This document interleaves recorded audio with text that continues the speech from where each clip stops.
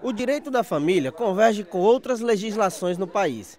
O Estatuto da Criança e do Adolescente, por exemplo, garante aos menores o resguardo à comunidade familiar, que compreende os pais e os seus ascendentes. Diante desse quadro, foi criada em 2011 a Lei 12.398, que assegura aos avós o direito a visitar os seus netos. Mas o advogado Luiz Fernando Givaer esclarece alguns pontos. Com relação aos avós, o direito não é absoluto. Há o direito, mas está condicionado ao poder discricionário do juiz, que pode, em determinadas circunstâncias, entender que não é adequado para a criança. Por exemplo, avós que nunca se relacionaram com os netos, ou que de alguma maneira têm grande atrito com os pais, e a partir daquela visitação vai acirrar mais os ânimos entre a família.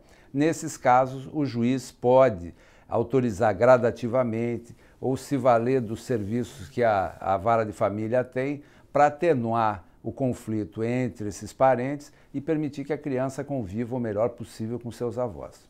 Sara Monteiro é jornalista e mora no Rio de Janeiro. Há cerca de 3 anos teve Maria Helena. Como não houve casamento ou nenhuma relação conjugal entre ela e o pai da criança, inicialmente morou na casa da sua mãe durante 1 ano, que cuidava da bebê.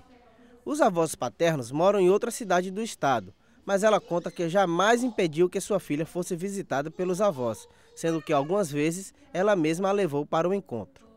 Olha, é complicado porque a gente sempre acaba levando um ranço, né, pro lado pessoal, mas na parte dos avós, não. A minha filha teve contato com os avós dela, todos os avós dela, eu não evito ninguém de ver ela, e eu acho que tem que ser assim mesmo, não tem que evitar.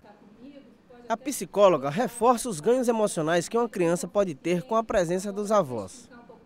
É importante que esse papel seja estabelecido direitinho, que ela possa ter essa possibilidade, porque afinal é uma pessoa que, de uma maneira geral, vem trazer o afeto para essa criança que, em geral, fica um pouco confusa em relação a isso. Eu acho que se ele vê esse avô, esses avós, como pessoas que estão ali, que estão presentes, pessoas que, nos momentos de dificuldade, ele pôde recorrer a ele tinha uma palavra de mediador, uma palavra de conforto, até da criança estar entendendo o que está se passando, de repente a mãe não estava bem naquele dia, ou o pai não estava bem naquele dia, e a avó entra ali como uma pessoa que está acompanhando o dia a dia e está podendo dar essa tranquilidade para a criança, isso vai representar no futuro uma segurança emocional para ela, quer dizer, a criança vai perceber que ela pode, né, ter os pais separados sim, mas nem por isso ela vai desenvolver outros problemas. Isso pode ser trabalhado, ou então o papel da avó é super fundamental nesse aspecto aí. Um conselho aos avós também é o seguinte: procurem se tornar neutros no conflito do casal.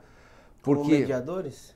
Não como mediadores, mas como uma parte neutra, onde as crianças vão encontrar um porto seguro para conviverem longe do conflito. Porque se os pais estão em conflito e os avós, de alguma maneira, ingressam nesse conflito para participar como partes, etc., a criança não tem nenhum espaço neutro para conviver amorosamente com seus familiares.